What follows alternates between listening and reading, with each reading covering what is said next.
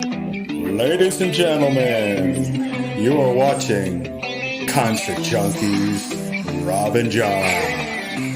Oh, yeah. And we're live. Would you like to introduce yourself? Hello, everybody out there. I am Johnny Ketchup. I'm the front man. It's Punk Rock Live on Rob and John's Concert Junkies. Thank you for coming. I'm going to start you off with a very hard question here. Not musically, personally. Okay. Personally, what do you want to leave as your legacy?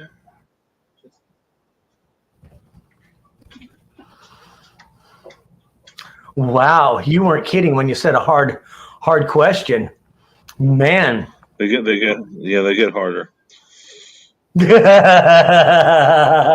As a legacy, what would I want to leave? You know, just experience, wisdom. I mean, I'm a minimalist, first of all. You know, I don't have physical things to leave as a legacy, but you know, I intend to write a book at some point, and I guess that the story of my life is my legacy. Okay.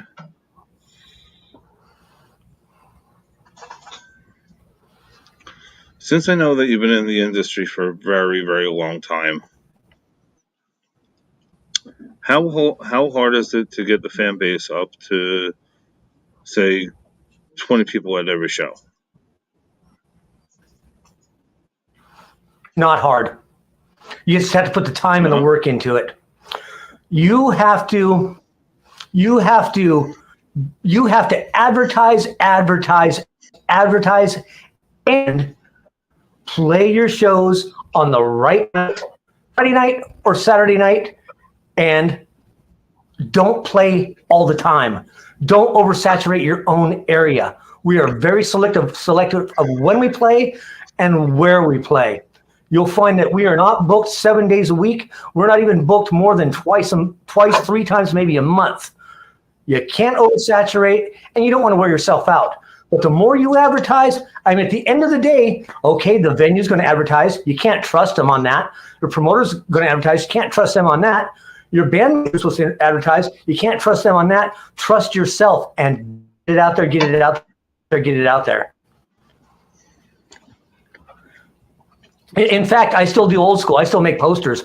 and from where I live, there's three pretty big cities around me, and I'll go to those places and post up as well.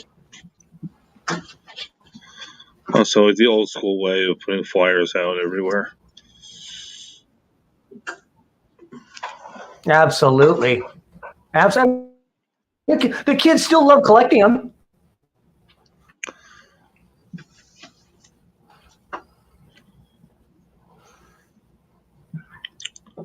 So what's your feeling on pay to play?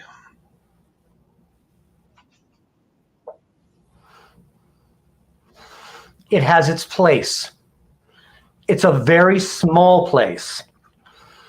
Unless you're something like the Whiskey A Go-Go in Hollywood, California, which is the only venue in the world that's in the Rock and Roll Hall of Fame.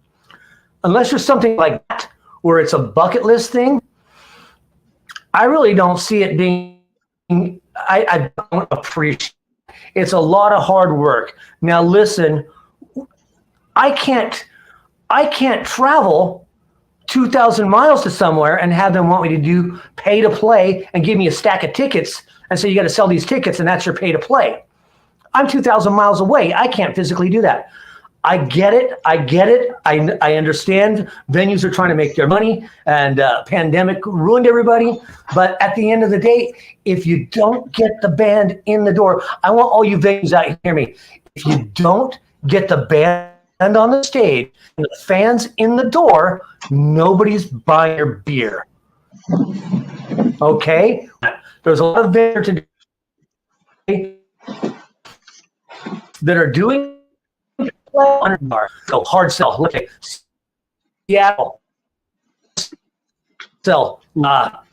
There's some bigger things. I get it. They run as if, well, I don't work, but no, I can live without pay today. It's like whiskey a go-go. And that I have something.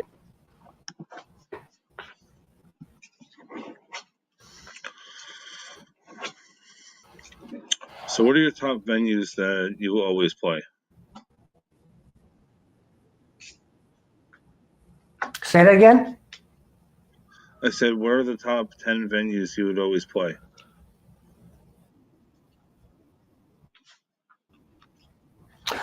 This is fun. It used to be called Colorado. It's now called the Rick House. There's a small place that's fun. It's almost unheard of. But it's 23 bomb shelter. It's literally a bomb shelter in Blend, Colorado. The guy that runs the place, Cody Ruff, he's absolutely amazing, and he puts on shows every weekend, and he takes on touring bands and what have you. You know, if you don't have somewhere to play, he's going to put you there on a Friday or Saturday night. That's great. Whiskey a Go-Go, of course, the Doll Hut. A place called Satyricon in Portland, Oregon. It closed down now, but before it did close down, it was the World Underground Club. CBGB in New York closed down first, leaving Satyricon as the longest running underground club. It was so cool. Tiny little band had no business being tiny little Ramones are in there with all mayhem and nonsense. Just amazing. Yeah. Now I am working. We do have a show at a venue we haven't played before. It's called Cruisers, and it's in State Line, Idaho. There's amazing MMA fights there. They have big shows there. It's got a drive-through for your motorcycles. You drive right in through the bar. You can drive right through, get your drink, go park your bike out, and watch the MMA fight outside, or come inside and watch the concert. It's pretty cool. Yeah. So I don't have a top 10 for you, but those are some of my favorites.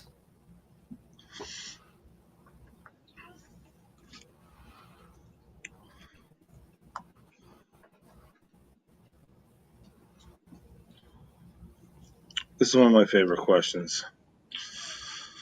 If you could pick one song to describe you as a person, not one of your own, what song would that be?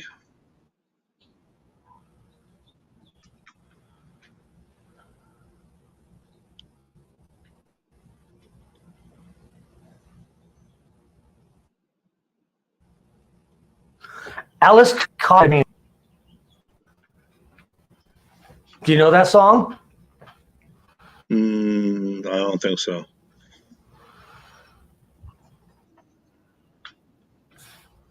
It says, I'm burning through the world with a gun in my back, trying to catch a ride in a Cadillac. I thought I was live, can't never tell what I thought was happy. And you know, it has those back and forth. It's a great song. It's pretty cool. The thing is, there's so many songs, and Alice Cooper's got most of them. Oddly enough, being in a crossover punk metal band, I started out with Alice Cooper. That was the first album I ever owned, was Alice Cooper Killers, and the first concert I ever saw was Alice Cooper when I was in 7th grade. So that's really got me into music, and I just have a special relationship with his music. Here's a fun question for you. Two-day festival. First day is female fronted. Second day is, I'm going to say, Dead or Alive. Who are your top 5 on the bill? Okay.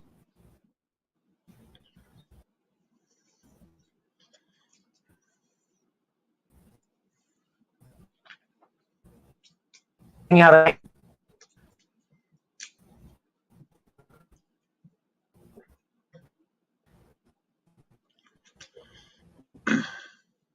again.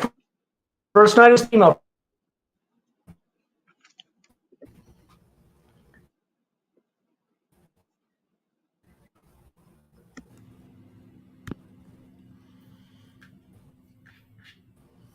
kind of froze. Uh-oh.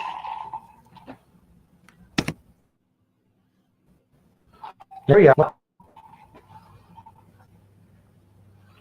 Are we back? Yeah, first day is female fronted.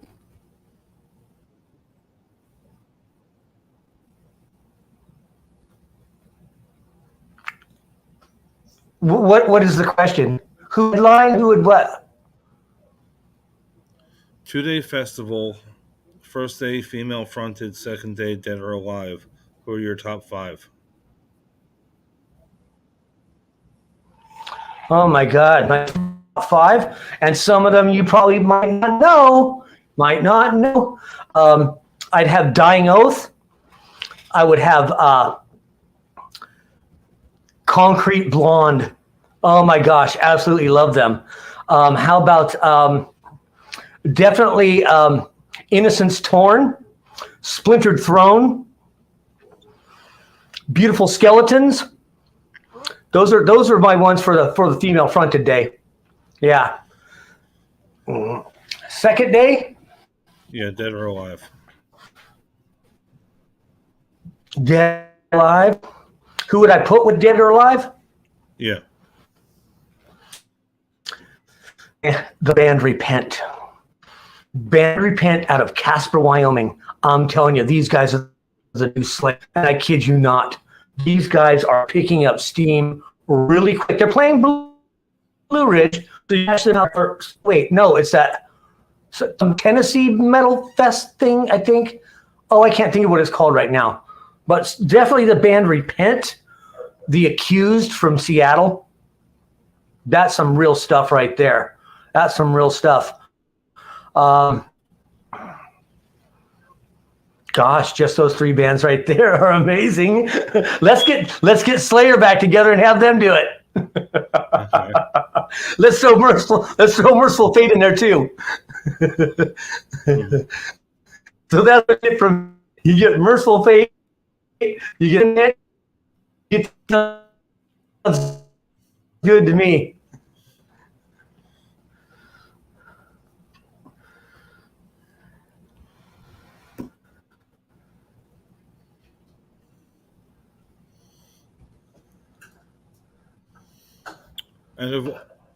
Out of all your songs, which one was the hardest to put out?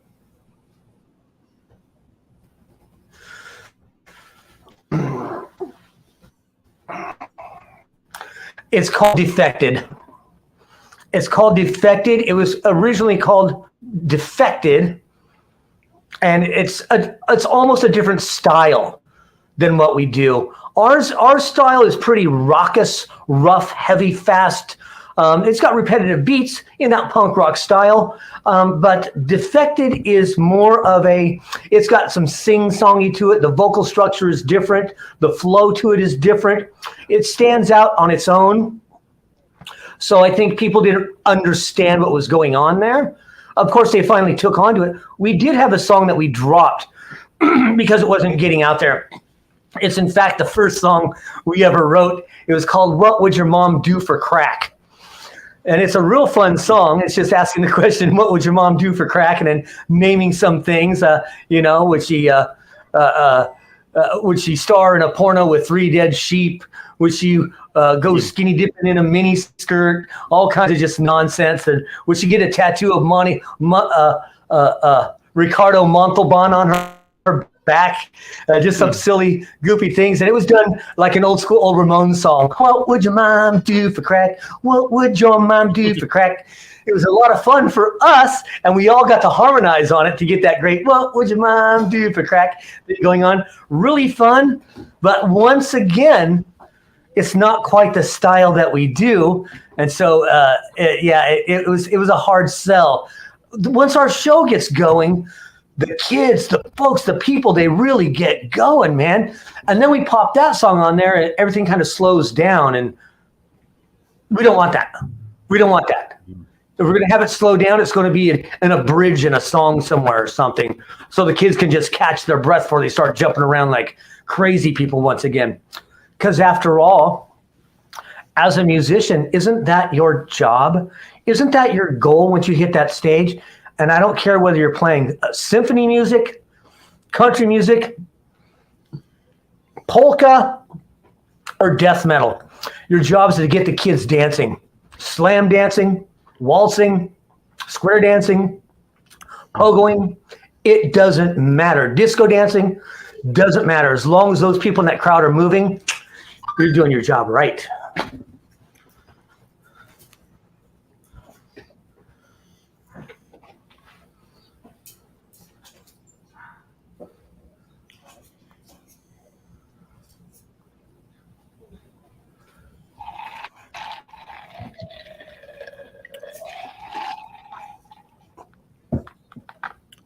If money was not an issue, and you could buy any instrument in the world, what kind would it be?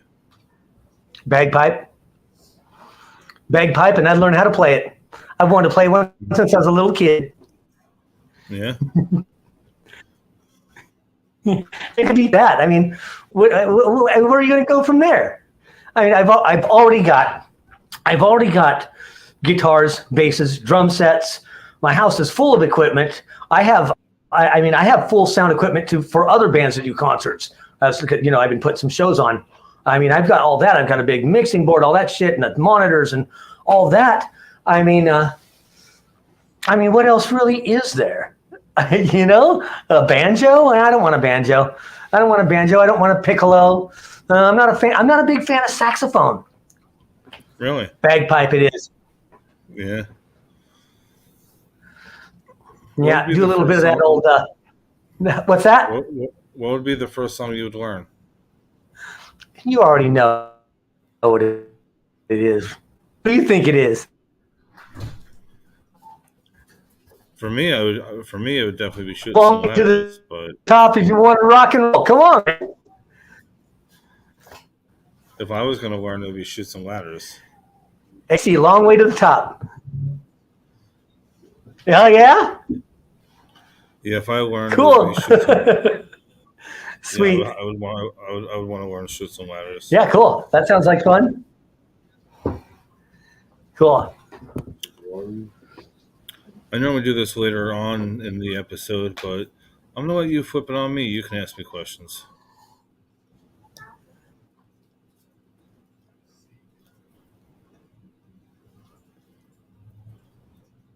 You're freezing again. Okay. Yeah. The name of your show is Robin John's Concert Junkies with Robin John, or something to that effect. Yes. How many shows do you go to? That's an estimate on a good year. 36. On a good year, around 36 shows. 30. Yeah, that's awesome. That's fantastic. How much fun is that? Okay, here's another question for you. Mm-hmm. How many of those shows do you have to pay to get into?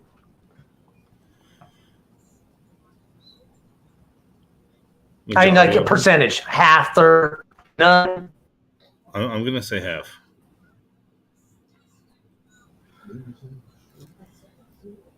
About half. Yeah, that's cool. Yeah, I mean, you're doing a service for bands. You don't when they're in your area to come to the show and comp you. Anyways, I certainly would.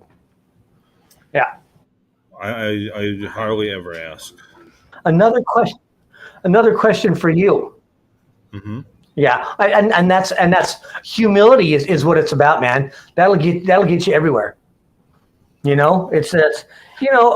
have no problems. Well, sometimes I'll ask when I put on a show, when I promote a show. I typically do it for free. So if they say I'm going to push it, I appreciate that you're not just out there trying to get, bothering people. Certainly out there that are like that, and that's their goal. Yeah. But it sounds like it's not you. Excellent. So what's the big show you've ever been to? Say that again. Can you repeat that? It didn't come out right. What's the biggest show you've ever been to? I'm gonna say the first Family Value store.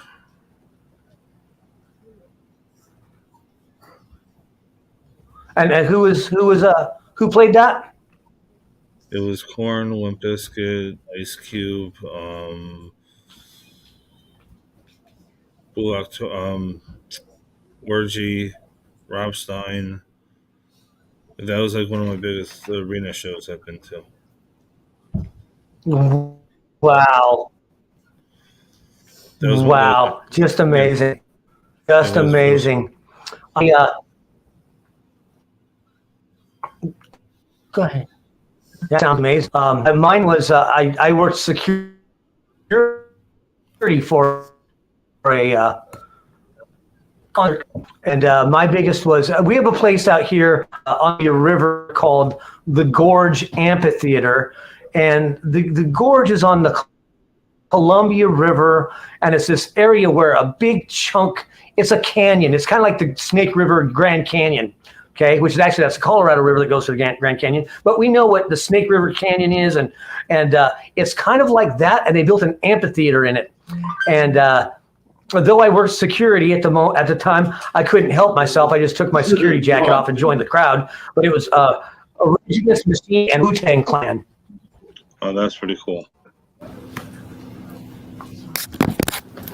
Yeah. Oh my gosh, it was amazing. And it's such a cool place. It's out in the middle of nowhere. So what they do is anyone within 50 miles of the place gets to come to the shows for free. Oh, that's cool. Yeah, because it's all farmland and they've got all that noise going on, right? And so in respect to the people that live out there, everybody gets a free yearly pass to all the shows. Oh, that's pretty cool.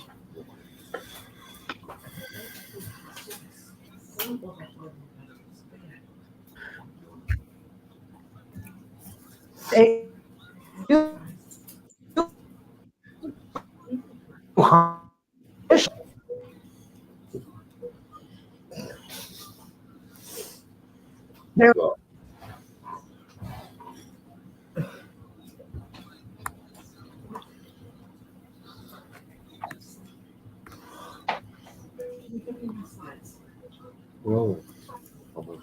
What was the worst show you've ever been to?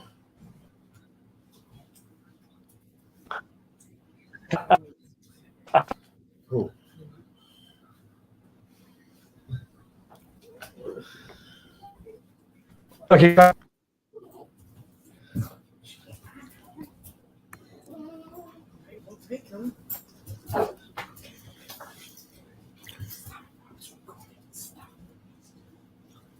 What was the worst show you've ever been to?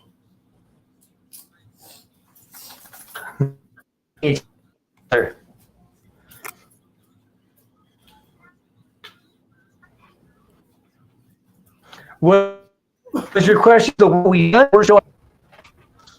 was the worst show you've been to?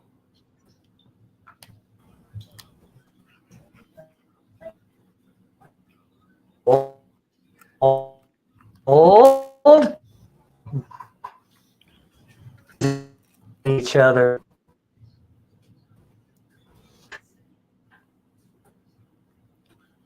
The connection's starting to get bad.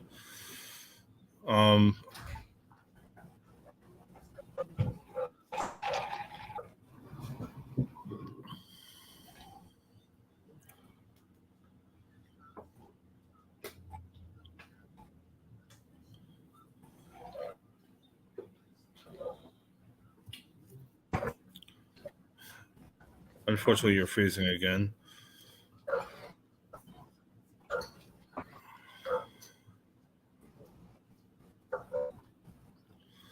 The question was, what was the worst show you ever attended?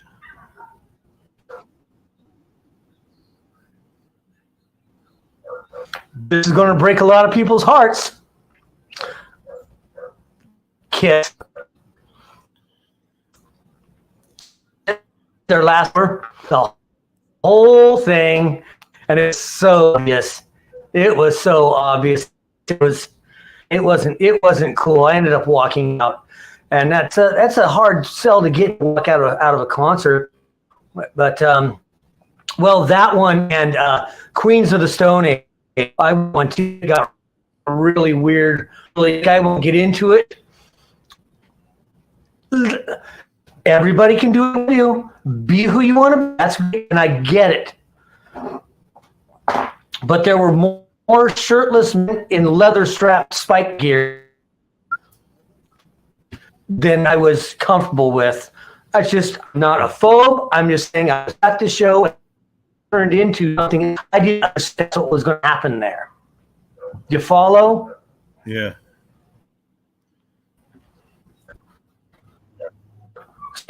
It wasn't. I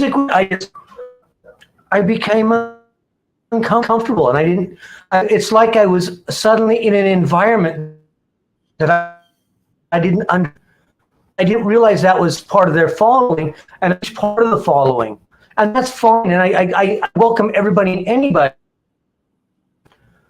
You're just not realizing you're going to a lifestyle event. I just thought I was going to a.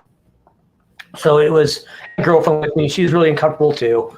And I'm not going to blame her for us leaving. It was just, I was uncomfortable. Whatever. I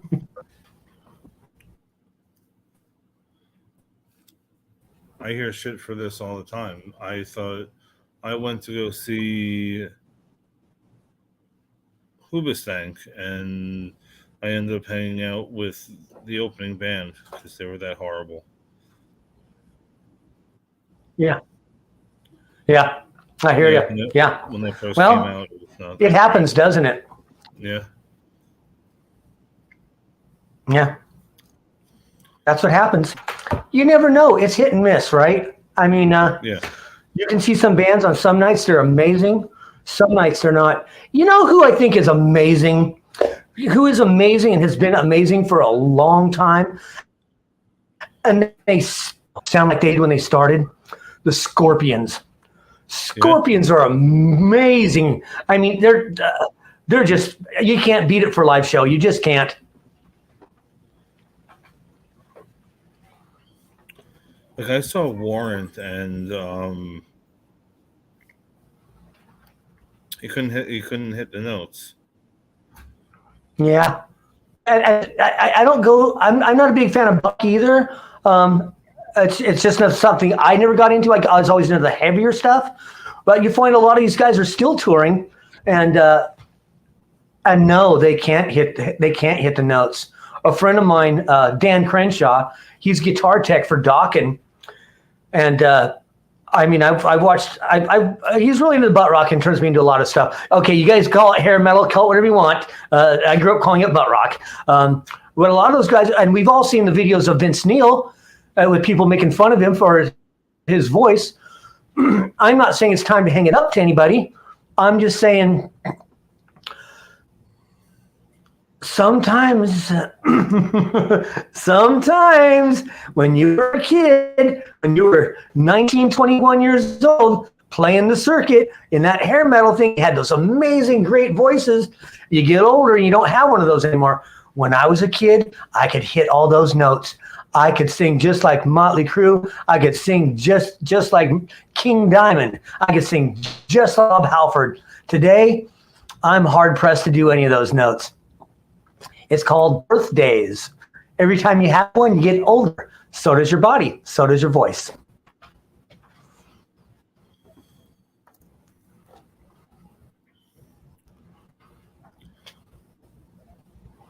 So as the lead singer, what do you do to protect your voice when you're on the road?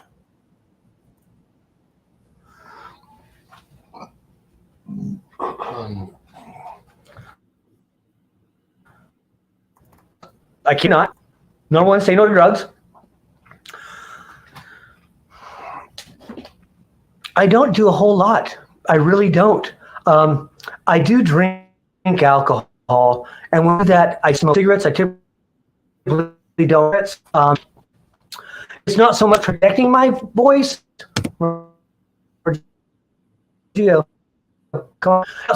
As preparing by preparing my voice. This is odd, and so I have a couple shots of tequila and a cigarette before I get on stage, so I can get that powerful voice that I use. Of course, you have to temper that, you know.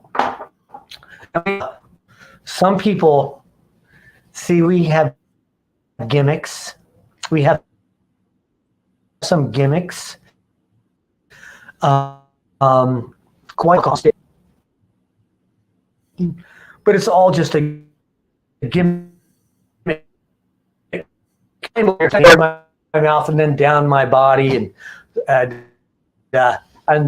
But even at that, it's just on stage, me getting moisture in my mouth, you know, just to wet my whistle. But I'm not drinking all that. We take, you know, and we've all seen this happen before. But with the whiskey spilled iced tea, you know, that kind of thing.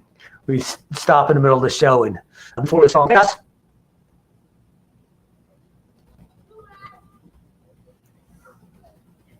Can I cuss on your show?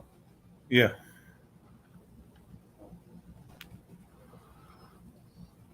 Okay. Yeah. So before we do the song called I Got Fucked Up, we each take a bottle that's filled with either water, tequila bottles filled with water, vodka bottles filled with water, whiskey bottles, and we all slam a whole bottle. And boy, the audience is getting so loaded. And you should hear the people in the front row. They're going to do. Just can I get to the show? I got to pee so damn bad from sips of iced tea. But it's fun. Gimmicks can be fun.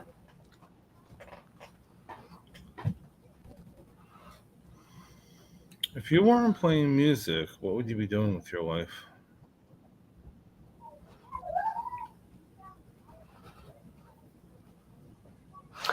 I'd probably move to Belize. I have a friend with a property they're trying to sell me in Belize. I'd spend the rest of my life snorkeling, spearfishing, fishing all the way around. I just adore it. I adore the ocean. I adore tropical oceans and the smell and it's so amazing to just walk through a jungle and pick up a guava, hop the ocean, and an octopus or a fish and lobsters or shrimp, whatever, and there you have it. It's so pleasing. There isn't something else professionally. I'm a little older. I'm not trying to restart a profession, but just another thing I might do as well is just go ahead and buy an RV. Right, now I'm looking funny over here. Buy an RV. Everything's backwards. I can't do it right. There it is. I'd buy an RV just for my very own and just travel all over our North and South America. I'd go as far south as I could go. I'd go as far north as I can, as far east, as far west. See everything. Go to Europe, buy another RV, and do it again. Yeah.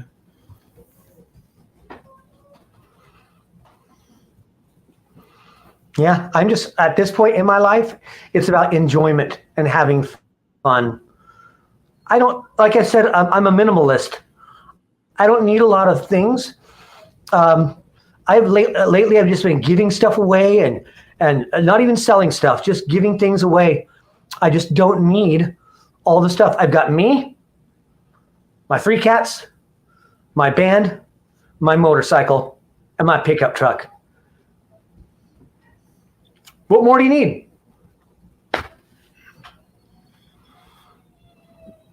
I feel you on that. I'm pretty much the same as you. I don't really need much at all. Very simple. Yeah.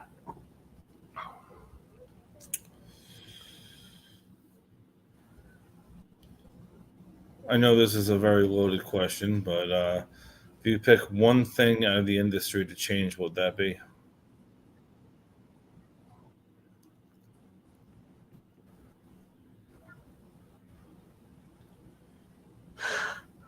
I know some professional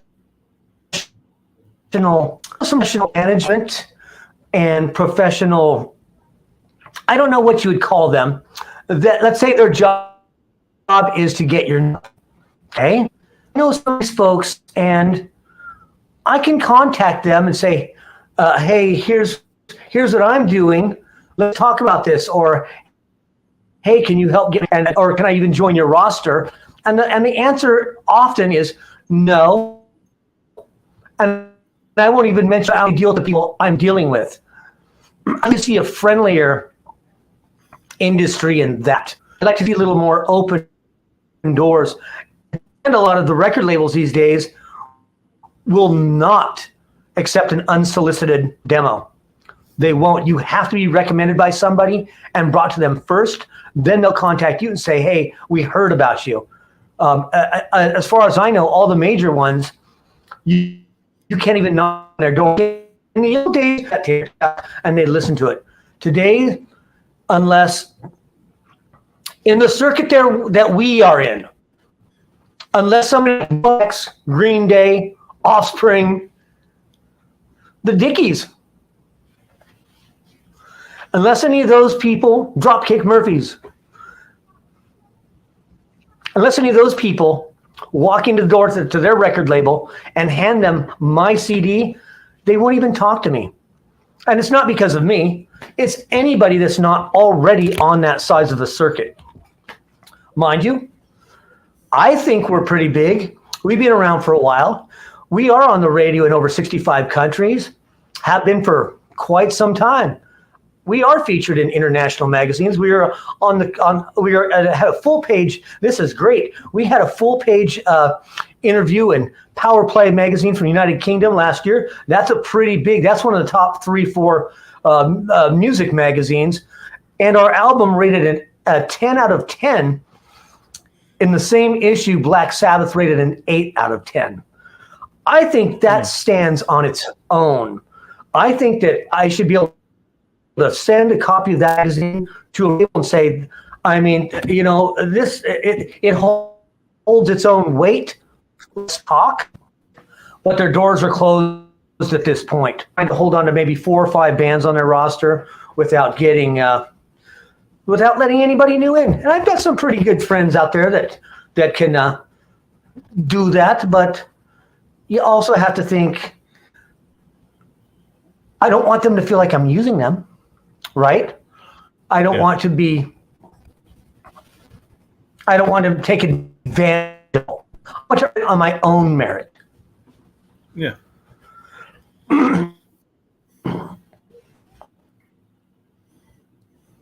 So more industry is what I would do. Just more willingness.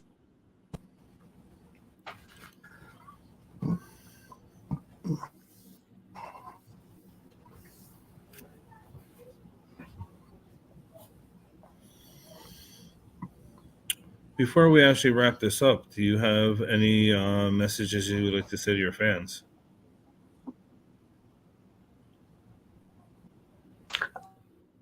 Each and every one of you. Watch out for our new single coming out called Mad Dog. Like a John Ketchup. It'll be the one with the picture of the it's a flyer for the upcoming. We've got lots of shows coming up. We've got Punks Saturday at Cruisers in State Line, Idaho, and then we'll be in the Whiskey A Go-Go. Keep your fingers crossed. We're waiting for the headliner to confirm. 45 Grave will be co-headlining with 45 Grave on Friday, October 13th. What an amazing night that's going to be. If you don't know who 45 Grave is, they're the ones that did the music for Return of the Living Dead movie. Okay? They're icons in that industry. Other than that, I love each and every one of you. Keep it coming. Never give up.